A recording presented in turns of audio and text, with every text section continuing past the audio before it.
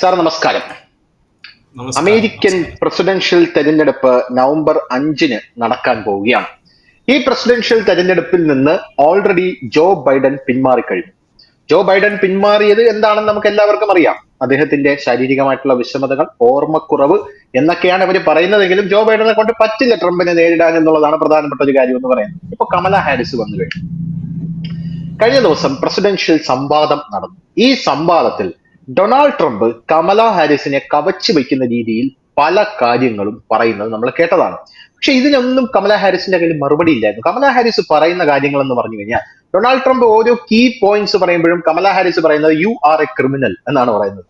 നിങ്ങളെ നാട്ടുകാർക്ക് ഇഷ്ടമല്ല, നിങ്ങൾക്ക് നാട്ടിൽ ഭയങ്കര ഹേറ്റേഴ്സ് ആണ്, നിങ്ങളുടെ പേരിൽ ബലാത്സംഗ കേസില്ലേ. പക്ഷെ ഡൊണാൾഡ് ട്രംപ് പറയുന്ന കാര്യങ്ങൾ എന്നൊക്കെ പറഞ്ഞു കഴിഞ്ഞാൽ, കമല ഹാരിസ് വന്നു കഴിഞ്ഞാൽ ഇസ്രായേലിനെ നിങ്ങൾ ഇല്ലാതാക്കും.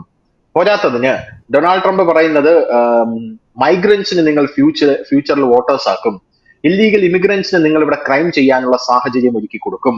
ഇങ്ങനെയുള്ള പല കാര്യങ്ങളും ഡൊണാൾഡ് ട്രംപ് പറയുമ്പോഴും കമല ഹാരിസിന് അതിന് മറുപടിയില്ല എന്നുള്ളതാണ് നമ്മൾ മനസ്സിലാക്കുന്നത്. പക്ഷേ കേരളത്തിലെ മാധ്യമങ്ങൾ പറയുന്നത് കമല ഹാരിസ് കോളിച്ചാടിക്ക് കൈ കൊടുത്തു എന്നാണ്. കേരളത്തിലെ അതിന് അവരുടെ ഒരു വിശകലനം എന്ന് പറഞ്ഞു കഴിഞ്ഞാൽ, ക്ഷോഭിച്ച് ട്രംപ് ക്ഷോഭിച്ച് മറുപടി പറഞ്ഞപ്പോ കമല ഹാരിസ് പുഞ്ചിരിച്ചുകൊണ്ട് മറുപടി പറഞ്ഞു എന്നാണ്. സമാധാനത്തിന്റെ ഉദാത്തമായ മാതൃക എന്നാണ് അവർ പറയുന്നത്. അതാണ് അവരുടെ, അല്ലാതെ അതിനകത്ത് വേറെ സംഭവമൊന്നുമില്ല. അറിയാലോ, നമ്മുടെ രാഹുൽ ഗാന്ധി ഒന്ന് ചിരിച്ചു കഴിഞ്ഞാലും രാഹുൽ ഗാന്ധി സ്നേഹത്തിന്റെ കട തുറക്കുന്നു എന്ന് പറയും. അതേസമയം നരേന്ദ്രമോദിയുടെ അടുത്ത് നിന്നുള്ള സാറിന് ഇഷ്ടപ്പെട്ട ഫ്രൂട്ട് ഏതാണെന്ന് ചോദിക്കുമ്പോൾ മോദി ആപ്പിൾ ആണെന്ന് പറഞ്ഞാൽ ആപ്പിൾ എന്ന് പറഞ്ഞാൽ ചുവപ്പാണ്, ചുവപ്പെന്ന് പറഞ്ഞാൽ ചോരയാണ്, ചോര എന്ന് പറഞ്ഞാൽ ഗുജറാത്ത് കലാപമാണ്, നരേന്ദ്രമോദിയുടെ നരാധമനാണെന്ന് അവർ എഴുതി വെക്കുകയും ചെയ്യും. അതാണ് അവരുടെ സ്റ്റൈൽ എന്ന് പറയുന്നത്. അതേ സ്റ്റൈലാണ് അവർ ഇവിടെ അവലംബിക്കുന്നത്. അപ്പോ ഇത് മാത്രമല്ല, ഡൊണാൾഡ് ട്രംപ് കമല ഹാരിസിനെ അടിച്ചൊതുക്കി ചാക്കി കെട്ടിയത് മാത്രമല്ല പറയാനുള്ളത്. കഴിഞ്ഞ ദിവസം രാഹുൽ ഗാന്ധിയുടെ അമേരിക്കൻ സന്ദർശനത്തിൽ രാഹുൽ ഗാന്ധി മറ്റേ ഇൽഹാൻ ഒമർ എന്ന് പറഞ്ഞ ഒരു സ്ത്രീയെ അവിടെ കണ്ടിരുന്നു. ഇൽഹാൻ ഒമർ എന്ന് പറഞ്ഞാൽ നമ്പർ 1 ഇന്ത്യ വിരുദ്ധയാണെന്ന് നമുക്ക് എല്ലാവർക്കും അറിയാം. ഡൊണാൾഡ് ട്രംപിന്റെ മുന്നറിയിപ്പ് വന്നിട്ടുണ്ട് ഇൽഹാൻ ഒമർ. ഇവരെ സൊമാലിയയിലോട്ട് ഡീപ്പോർട്ട് ചെയ്യണമെന്നാണ് ഡൊണാൾഡ് ട്രംപിന്റെ പാർട്ടി പറഞ്ഞിരിക്കുന്നത്. അപ്പൊ എന്റെ ഒരു ഡൗട്ട് ഇതാണ്, ഡൊണാൾഡ് ട്രംപിന്റെ പാർട്ടി എങ്ങനെ പറയുന്നു രാഹുൽ ഗാന്ധി ഇവരെ കാണുമ്പോൾ? അപ്പൊ നമ്മുടെ ഇന്ത്യയും ഡൊണാൾഡ് ട്രംപുമായിട്ട് എന്തെങ്കിലും അന്തർധാരയിൽ സജീവമായിട്ട് നടക്കുന്നുണ്ടോ എന്ന് എനിക്കൊരു സംശയമുണ്ട്. രണ്ടാമത്തെ കാര്യം എനിക്ക് സാറിനോട് ചോദിക്കാനുള്ളത്, ഈ രാഹുൽ ഗാന്ധി അങ്ങോട്ടേക്ക് പോയിരിക്കുന്നത് ഇപ്പൊ ഒരു തിയറി വരുന്നത് കോൺസ്പിറസി തിയറിയാണ്, ബട്ട് അതിലൊരു ലോജിക് ഉണ്ടെന്ന് എനിക്ക് തോന്നുന്നു. കാരണം ആ രാഹുൽ ഗാന്ധി അങ്ങോട്ടേക്ക് പോകുന്നത് കമല ഹാരിസിന് വോട്ട് പിടിക്കാനാണ് എന്ന്. നേരത്തെ ചൈനീസ് നിക്ഷേപം ചൈനയിലോട്ട് ക്ഷണിക്കാനാണെന്ന് നമുക്കറിയാമായിരുന്നു. കാരണം അവിടെ ചെന്നിട്ട് ചൈനയെ വാദോരാതെ പുകഴ്ത്തി, ഇന്ത്യയെ ഉയർത്തി. ഇപ്പൊ കമല ഹാരിസിന് വോട്ട് പിടിക്കാനും കമല ഹാരിസിന് ഇന്ത്യൻ സമൂഹത്തിനിടയിൽ അവരുടെ പല കാര്യങ്ങളും പ്രചരിപ്പിക്കാനുമാണ് രാഹുൽ ഗാന്ധി ശ്രമിക്കുന്നത്. അത് കൃത്യമായിട്ട് ഡെമോക്രാറ്റ്സിന് മനസ്സിലായിട്ടുണ്ട് എന്നുള്ളത് കൊണ്ടാണ് ഡൊണാൾഡ് ട്രംപ് ഒരു മുന്നറിയിപ്പ് ഇൽഹാൻ ഒമറിനടക്കം കൊടുത്തിരിക്കുന്നത്. മര്യാദയ്ക്ക് ആണെങ്കിൽ മര്യാദയ്ക്ക്, ഇല്ലെങ്കിൽ സൊമാലിയയിലോട്ട് നമ്മൾ ഡീപ്പോർട്ട് ചെയ്യും എന്നാണ് ഇവരോട് പറഞ്ഞിരിക്കുന്നത്. അപ്പോ എന്താണ് സാറിന് തോന്നുന്നത് ഇതെല്ലാം കൂടെ നോക്കുമ്പോൾ? അമേരിക്കൻ പ്രസിഡൻഷ്യൽ ഇലക്ഷൻ്റെ ഡിബേറ്റ് എന്ന് പറഞ്ഞത് ഒരു ഇമ്പോർട്ടൻറ്റ് പാർട്ട്, സംശയമില്ല. അത് നമുക്കറിയാലോ. ബൈഡൻ ഇവിടുന്ന് പിന്മാറാൻ കാരണം തന്നെ ആ ഡിബേറ്റ് ഒരു ഡിസാസ്റ്റർ ആയ കാരണമാണ്. ബൈഡൻ വന്ന ഡിബേറ്റ് ആൾക്കാരുടെ പേര് ഓർമ്മയില്ല, സ്ഥലം ഓർമ്മയില്ല, എന്തിനെ പറ്റിയാ പറയണത് അതും ഓർമ്മയില്ല. അങ്ങനത്തെ ഒരു സ്റ്റേറ്റിലാണ്. ഒരു ഈ പറഞ്ഞ മാതിരി ഡെമൻഷ്യ വന്ന് കുറെ വയസ്സായി, ഒന്നും ചെയ്യാൻ പറ്റില്ല. അപ്പോഴാണ് മാറിയത്. അപ്പൊ നമ്മൾ ഇത് മാത്രമല്ല, ഇതിനും കുറെ മിനിറ്റ് പോയി കഴിഞ്ഞാൽ നമുക്ക് മനസ്സിലാവും കുറെ സ്ഥലത്ത് ഇതേമാതിരി ഡിബേറ്റുകൾ നടന്നപ്പോഴാണ് അമേരിക്കൻ ഇലക്ഷനിൽ കംപ്ലീറ്റ് പാറ്റേൺ മാറിപ്പോയത്. എനിക്ക് ഓർമ്മയുണ്ട്, അത് നിക്സന്റെ കൂടെ ആരായിരുന്നു എനിക്ക് ഓർമ്മയുണ്ട്, ജോൺ എഫ് കെനഡി ആണ്, വേറെ ആരായിരുന്നു, അതോ ക്ലിന്റൺ ആയിരുന്നു. ഒരു ഡിബേറ്റില് ലൈറ്റിന്റെ പൊസിഷൻ, നമ്മൾ ഈ സ്റ്റുഡിയോയിൽ ഇരിക്കുമ്പോൾ ലൈറ്റ് കുറെ നേരം ഇവർ വന്ന് സ്റ്റുഡിയോക്കാർ അഡ്ജസ്റ്റ് ചെയ്യുമല്ലോ. അഡ്ജസ്റ്റ് ചെയ്തതിൽ വേണമെന്ന് വെച്ച് ചാനലുകാർ എന്ത് ചെയ്തു, ഈ മറ്റേ നിക്സന്റെ ഓപ്പോസിറ്റ് ഉണ്ടായിരുന്ന ആളുടെ മൂക്കിന്റെ താഴെ ലൈറ്റ് മോളിന്ന് ഫോക്കസ് അടിച്ചിട്ട് അതൊരു ഹിറ്റ്ലറിന്റെ മുസ്റ്റാഷ് മരിയാക്കി കൊടുത്തു. എവിടെ ഡിബേറ്റ് കംപ്ലീറ്റ് ആയിട്ട് ഈ പ്രസിഡന്റ് പറഞ്ഞിട്ടിരിക്കുന്നതെല്ലാം ഈ ഹിറ്റ്ലറെ മാരി ഉണ്ടായിരുന്നു കാണാൻ. അത് കഴിഞ്ഞ് ആ ഡിബേറ്റ് കഴിഞ്ഞപ്പോൾ അങ്ങോട്ട് പൊളിഞ്ഞ് പണിസായി. ഇതാണ് നടന്നുകൊണ്ട് വരേണ്ടത്.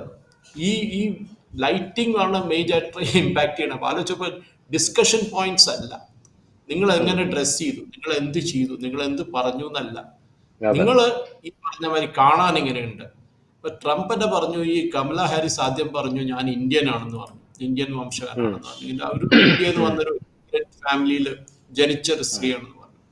പിന്നെ അവർ പറഞ്ഞു അല്ലല്ല ഞാൻ ബ്ലാക്ക് ആണെന്ന് പറഞ്ഞു.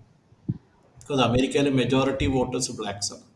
അപ്പൊ അതെങ്കിലും കിട്ടിക്കോട്ടെ, ഇന്ത്യൻ വോട്ടേഴ്സ് കിട്ടിയില്ലെങ്കിലും ഇപ്പോഴും ഇന്ത്യൻ വോട്ടേഴ്സ് ഇപ്പോഴും ഇന്ത്യൻ അസോസിയേഷൻസ് എല്ലാം ഇന്നലെയും പറഞ്ഞു കഴിഞ്ഞു ഞങ്ങൾ ട്രംപിനെയാണ് ബാക്ക് ചെയ്യുന്നത്. ഈ ട്രംപിന്റെ ഒരു കാര്യമുണ്ട്, ട്രംപ് ഒരു ചൂടനാണ്. ഓക്കെ, അതൊക്കെ സമ്മതിക്കാണ്ട് പറ്റില്ല. ആളൊരു അങ്ങനത്തെ ടൈപ്പാണ്, നമുക്ക് മാറ്റാൻ പറ്റില്ല. ആൾ അങ്ങനെയായിരുന്നു, അങ്ങനെ തന്നെ ഉണ്ടാവും.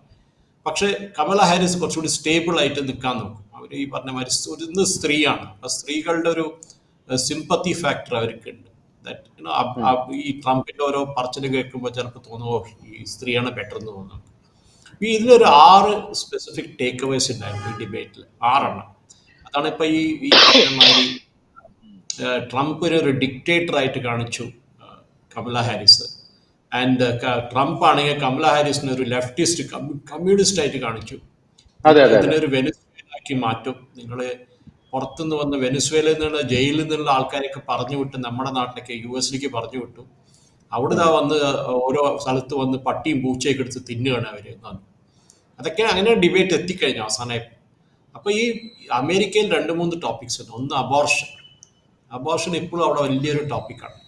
എന്നാൽ അബോർഷൻ ലീഗലാണോ ഇല്ലീഗലാണോ, അല്ലയോ വേണോ വേണ്ട. അവിടുത്തെ സുപ്രീം കോടതിയാണ് ഇല്ലീഗലാണെന്ന് പറഞ്ഞു. പിന്നെ ചിലപ്പോൾ പറയും ലീഗലാണെന്ന് പറയും. ചില സ്റ്റേറ്റ്സ് പറയും നിങ്ങൾക്ക് അവിടെ ചെയ്യാം. ചിലർ പറയും അതൊന്നും വേണ്ട, നമുക്ക് ക്യൂബയിൽ പോയിട്ട് ചെയ്തിട്ട് തിരിച്ചു വരാം. അതിലൊരു ബാറില്ല, അത് അവിടെ പോയി ചെയ്യാം വേണമെങ്കിൽ. അപ്പൊ അങ്ങനെ കുറെ ടോപ്പിക്സ് ഉണ്ടാവും. പക്ഷെ അവിടെ മെയിൻ ആയിട്ടുള്ള 2 പോയിന്റ്സ് ഈ പ്രാവശ്യം ഒന്ന് ഇൻഫ്ലേഷനാണ്. അമേരിക്കയിൽ ഇൻഫ്ലേഷൻ, നല്ല ഇൻഫ്ലേഷൻ കൂടുതലാണ് ഈ പ്രാവശ്യം. അത് കുറയ്ക്കാനുള്ള മെയിൻ ആയിട്ടുള്ള റീസൺ ആണ് അവിടെ ഈ കാൻഡിഡേറ്റ്സ് 2 പേരും പറയുന്നത്. രണ്ടാമത്തെ അവിടുത്തെ എംപ്ലോയ്മെന്റ് ഫാക്ടർ. ചൈനയാണ് ഇവരെല്ലാം കയറി തെറി പറയാൻ. ബിക്കോസ് ചൈന കാരനാണ് ഞങ്ങളുടെ മാനുഫാക്ചറിങ് എല്ലാം പൊളിഞ്ഞു. ഇവരെല്ലാം മറന്നു. ഞാനിപ്പോഴും പറയും, എൻ്റെ മാനേജ്മെന്റ് ലെക്ചേഴ്സിന് ഞാൻ കോളേജിൽ പഠിപ്പിക്കാൻ പോകുമ്പോൾ ചിലപ്പോൾ ഗസ്റ്റ് ലെക്ചറായിട്ട് ഈ ടാപ്പ് ഫിറ്റ് ചെയ്യാൻ വരണോ, ടാപ്പിനെക്കാട്ടിലും കൂടുതൽ കാശ് വാങ്ങിച്ചാൽ അന്ന് നിങ്ങളുടെ എക്കോണമി പൊളിഞ്ഞു പാടിസാണ്. അന്ന് യു ആർ നോട്ട് കോമ്പറ്റീവ്. എന്നാൽ ഒരു 500 രൂപയുടെ ടാപ്പ് മാർക്കറ്റിൽ നിന്ന് നിങ്ങൾ വാങ്ങിച്ചോളുന്ന ഫിറ്റ് ചെയ്യാൻ വരണമെന്ന് 1000 രൂപ ചോദിച്ചു കഴിഞ്ഞാൽ പിന്നെ ആ എക്കോണമി നടക്കില്ല. അതാണ് US പ്രോബ്ലം. സ്റ്റീലായാലും, സ്റ്റീൽ മാനുഫാക്ചറിങ് ആയാലും, കാർ മാനുഫാക്ചറിങ് ആയാലും US പൊളിയാൻ കാരണം even mobile phone manufacturing. Because Vietnam, Thailand, ഇപ്പോൾ ഇന്ത്യ, ഐഫോണാണ് ഇന്ത്യയുടെ ഏറ്റവും വലിയ എക്സ്പോർട്ട്. ഇന്ത്യയിൽ നിന്ന് പോണത് ഐഫോൺസ് ആണ്. അപ്പൊ അതൊക്കെ നോക്കുമ്പോൾ ചൈനയെ ഇപ്പൊ പറഞ്ഞിട്ട് കാര്യമില്ല. ഇപ്പൊ ചൈനയുടെ ഒന്ന് സബ്സിഡി അവർ കൊടുക്കും. അപ്പൊ ചൈനയാണ് ഒരു മേജർ ഫാക്ടർ ഡിബേറ്റിൽ ഇവരുടെ പറഞ്ഞത്. പിന്നെ ഈ പറഞ്ഞ മാതിരി നിങ്ങൾ എന്താ നടത്താൻ പോണേ? ഇപ്പൊ ട്രംപിന് ഒരു 2025 പ്രോജക്ട് 2025 എന്ന് പറഞ്ഞൊരു പ്ലാൻ ഉണ്ടെന്നാണ് കമല ഹാരിസ് പറയുന്നത്. അത് വന്നു കഴിഞ്ഞാൽ US പൊളിഞ്ഞ് പാളീസ എല്ലാം കൂടി വീണ് പോകും, എല്ലാം US-നൊന്നും ഉണ്ടാവില്ല. പക്ഷെ ഈ പറഞ്ഞ മാതിരി ഇമിഗ്രേഷൻ, ഈ കമല ഹാരിസിന്റെ ഏറ്റവും വലിയ വീക്ക്നെസ് എന്നാണ് ഇമിഗ്രേഷനാണ്. ഇവര് പണ്ട് ലെഫ്റ്റിസ്റ്റ് 2020 ഇലക്ഷനിൽ ഇവര് കുറെ കോൺട്രവേഴ്ഷ്യൽ ആയിട്ട് ഈ കമ്മ്യൂണിസ്റ്റുകാർ പറഞ്ഞ ലാംഗ്വേജ് ഉപയോഗിച്ചു. അത് കൂടി കൂടി കൂടി വന്ന അവസാനം അവർക്ക് മനസ്സിലായത് ഇനി അടുത്ത ഇലക്ഷന് ഞാൻ ഉപയോഗിച്ച 2024 എന്റെ കൂടെ നിൽക്കുന്ന ബൈഡനും തോൽക്കും ഞാനും തോൽക്കും ഇവർക്ക് മനസ്സിലായി. അപ്പോൾ റോള് മാറ്റിയിട്ട് പറഞ്ഞു ഇല്ല, ഞാൻ അവിടെ ഫ്രാക്കിംഗ് എന്ന് പറയും. ഫ്രാക്കിംഗ് അവരൊരു ഓയിൽ എക്സ്പ്ലോറേഷൻ്റെ ഒരു കോൺസെപ്റ്റാണ്. പിന്നെ ബൈബാക്ക് തോക്കുകൾ ഞാൻ തിരിച്ചു വാങ്ങാം മാർക്കറ്റിൽ നിന്ന്. വിറ്റ തോക്കുകളെല്ലാം ഗവൺമെന്റ് തിരിച്ചു വാങ്ങും. പിന്നെ അത് മൂന്നാമത്തെ നമ്മുടെ പറഞ്ഞ മാതിരി ഡീക്രിമിനലൈസ് ബോർഡർ ക്രോസിംഗ്. എന്നാൽ ആർക്കും വേണമെങ്കിൽ വരാം, നമ്മുടെ US ഓപ്പൺ ആമായിട്ട് വെൽക്കം ചെയ്യുമെന്ന് പണ്ട് പറഞ്ഞു പറഞ്ഞിരുന്നത്. അതൊക്കെ കമ്മ്യൂണിസ്റ്റുകാരുടെ ഒരു ഔട്ട്ലുക്കാണ്. അത് നമ്മൾ യൂറോപ്പിലും കാണുന്നുണ്ട്, എസ്പെഷ്യലി UK യുണൈറ്റഡ് കിങ്ഡമിൽ കാണുന്നുണ്ട്. അപ്പൊ അതിപ്പോ കമല ഹാരിസ് അത് മാറി. അവരിപ്പോ പറയില്ല, അവർക്ക് മനസ്സിലായി ഈ ഹെയ്റ്റി എന്ന് പറയുന്നതും വെനസ്വേല എന്ന് പറഞ്ഞതൊക്കെ അവിടുത്തെ ജയില് കാലിയാക്കിയിട്ട് ഇങ്ങോട്ട് വിടുകയാണ്. ആലോചിച്ചോ, വെനസ്വേലയിലെ ക്രൈം റേറ്റ് കുറഞ്ഞു. ബിക്കോസ് അവർ ജയിലിലുണ്ടായിരുന്ന പാർട്ടികളെല്ലാം ഇപ്പോൾ അവിടുത്തെ പോലീസുകാർ എന്ത് ചെയ്യുന്നു, ആരെങ്കിലും പിടിച്ചു കഴിഞ്ഞാൽ ഒരു മാസത്തിലൊരു 300 പേരെ 400 പേരെ പിടിച്ചു കഴിഞ്ഞാൽ കള്ളന്മാരും കുത്തിക്കുത്തും റേപ്പ് ചെയ്ത് അവരൊക്കെ ഒരു ബോട്ടിലിട്ടിട്ട് US-നെ അങ്ങോട്ട് വിടും.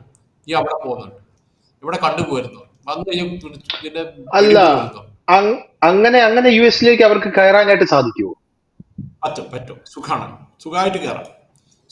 ബിക്കോസ് US-ന്റെ പോളിസിയാണ്. ഈ പ്രോബ്ലം എന്താണ്, US അത്ര ഈസി അല്ല, UK മാതിരിയല്ല. UK-ലെ ചാനൽ അങ്ങോട്ട് ക്രോസ് ചെയ്താൽ മതി, ഇംഗ്ലീഷ് ചാനൽ. ഫ്രാൻസിലായാലും ഗ്രീസിലായാലും വന്ന് കയറും. അങ്ങനെയാണ് ഇപ്പോൾ അവിടെ 5 സ്റ്റാർ ഹോട്ടലിൽ താമസിക്കുക കേട്ടോ. ഇംഗ്ലണ്ടില് UK-ല് ഏത് ഇമിഗ്രന്റ് വന്നാലും അവൻ്റെ അടുത്ത് പാസ്പോർട്ട് ഇല്ല, ഒന്നും ഉണ്ടാവില്ല. അവന്റെ പേര് തന്നെ എന്താന്ന് നമുക്ക് അറിഞ്ഞൂടാ. അവനൊരു പേര് പറയും, അതെന്നെ പേരെന്ന് വയ്ക്കും നമ്മൾ. ഒരു ID ഒന്നും ഇല്ല അവൻ്റെ കയ്യിൽ. സ്ത്രീ ആയാലും ആണായാലും കുട്ടികളായാലും ആരായാലും. അപ്പൊ അവര് വരുമ്പോ ഉം, അവരാദ്യം കൊണ്ട് ഒരു പേര് കൊടുത്തിട്ട് അവരൊരു 5 സ്റ്റാർ ഹോട്ടലിൽ താമസിക്കും. പിന്നെ അവരവിടെ ഒരു അടുത്തൊരു ഉം, 5 കൊല്ലമായിട്ട് താമസിക്കും സുഖമായിട്ട്. കാലത്ത് ഉം, ഫുഡ്, വൈകുന്നേരം ഫുഡ്, അവിടെ ടിവിയും കണ്ട് ദിവസം മുഴുവൻ ഇരിക്കാം, ഒന്നും ചെയ്യേണ്ട ആവശ്യമില്ല. ഉം, പിന്നെ അവർക്ക് ഉം. ചിലപ്പോൾ അത് കഴിഞ്ഞ് സിറ്റിസൺഷിപ്പ് കൊടുക്കുകയോ കൊടുക്കാണ്ടിരിക്കുക എന്തെങ്കിലും ചെയ്യും. യു എസ് മറ്റേ ട്രംപ് വന്നപ്പോൾ, കഴിഞ്ഞ പ്രാവശ്യം പ്രസിഡന്റ് വന്നപ്പോൾ ട്രംപ് ഒരു വലിയ ചുമര് പണിതു, വാള്. നമ്മുടെ പണ്ട് അതെ, ഈസ്റ്റ് ജർമ്മനി വെസ്റ്റ് ജർമ്മനിയും കൂടി ഡിവൈഡ് ചെയ്യുന്ന മാറ്റം വാള് പണിതു. ബെർലിൻ വാൾ പോലെ. കയറി വന്ന് മിക്കവാറും മെക്സിക്കോ എന്ന് കയറി വരും. അങ്ങനെ അതെ നീ അതെ. കയറണ്ടെന്നാണ് ബോർഡർ ക്രോസിങ്ങിന് വേണ്ടിയിട്ട് അവിടെ കുറെ കാശ് ചെലവാക്കി ചെയ്തു. പക്ഷേ ബൈഡൻ വന്നപ്പോൾ അത് കുറച്ചു. അത് കാരണം എന്താ, ആൾക്കാർ അവിടുന്ന് ഇവിടുന്ന് ചാടി കയറണം. ചിലപ്പോൾ കാനഡയിൽ നിന്ന് ഉം, വരും, ചിലപ്പോൾ മെക്സിക്കോന്ന് കയറും, ചിലപ്പോൾ കടലിൽ നിന്ന് വരും, എവിടെ എല്ലാ സൈഡിൽ നിന്നും വരുന്നുണ്ട് ആൾക്കാർ. ഉം, അവര് കയറ്റാൻ പാടില്ല. ഹൈറ്റിന്ന് ആൾക്കാർ വരുന്നുണ്ട്. അതാണ് ഉം. ട്രംപിന്റെ മെയിൻ ഇത്. അതാണ് അവിടെയാണ് കമല ഹാരിസിന് ഒരു പ്രോബ്ലം വന്നത്. പിന്നെ ഈ പറഞ്ഞ മാതിരി ഈ കുറെ മിസ്ഡ് ഓപ്പർച്യൂണിറ്റീസ് ഉണ്ട് ഈ ഡിബേറ്റിലൊക്കെ വരുമ്പോൾ. ഞാൻ പറഞ്ഞ ഒരു അബോർഷൻ റൈറ്റ്സ് ഉണ്ട്, ഈ റൈറ്റ് വിങ്ങിന്റെ കുറെ കോൺസെപ്റ്റ്സ് ഉണ്ട്, അത് വരും. പിന്നെ ഉം, ഉം. ട്രംപിനെ മെയിൻ ആയിട്ട് കമല ഹാരിസ് പറഞ്ഞ ഇയാളൊരു കള്ളനാണ്, ശിക്ഷിക്കപ്പെട്ട ആളാണ്, പണ്ട് അല്ല, എലക്ഷൻ തോറ്റപ്പോൾ കമല ഹാരിസ് അങ്ങനെ പല സംഭവങ്ങളും പറയും. ഇപ്പൊ ഉദാഹരണത്തിന് നമ്മുടെ കേരളത്തിൽ നോക്കിക്കഴിഞ്ഞാൽ നമ്മുടെ മുഖ്യമന്ത്രി പിണറായി വിജയന്റെ വലിയ കൊലപാതക കേസില്ലേ, വാടിക്കൽ അതാ രാമകൃഷ്ണനെ വെട്ടിക്കൊന്നെന്ന് പറഞ്ഞ കേസില്ല. അപ്പൊ ഒരു കൊലപാതകയാണ് നമ്മുടെ മുഖ്യമന്ത്രിയായിട്ട് ഇരിക്കുന്നത് നമുക്ക് പറയാൻ പറ്റുമോ? അപ്പൊ സ്വാഭാവികമായിട്ടും അല്ല, ഞാൻ അതാണ് പറയുന്ന സാറേ, അതാണ് ഞാൻ ട്രംപ് എന്ന് പറയുന്നത്. പറയുന്ന ഞാൻ പറയുന്ന കാരണം പറയൂ അതല്ല, പറയൂ. അതാണ് എക്സാക്ട്ലി ഞാൻ ആ, പറഞ്ഞു പറഞ്ഞത് അതായിരുന്നു. ഞാൻ ആ, കമല ഹാരിസിന്റെ പോയിന്റ് ട്രംപിനെ അറ്റാക്ക് ചെയ്യാൻ പറ്റുന്ന ട്രംപിന്റെ ക്യാരക്ടറാണ്. ഉം, ട്രംപിന് വേറെ ഒന്നും വെച്ച് അറ്റാക്ക് ചെയ്യാൻ പറ്റില്ല. പോളിസി വൈസ് ഉം. ട്രംപ് നല്ല സ്ട്രോങ് ആണ് ആള്, നല്ല സ്ട്രോങ് പ്രസിഡന്റ് ആയിരുന്നു.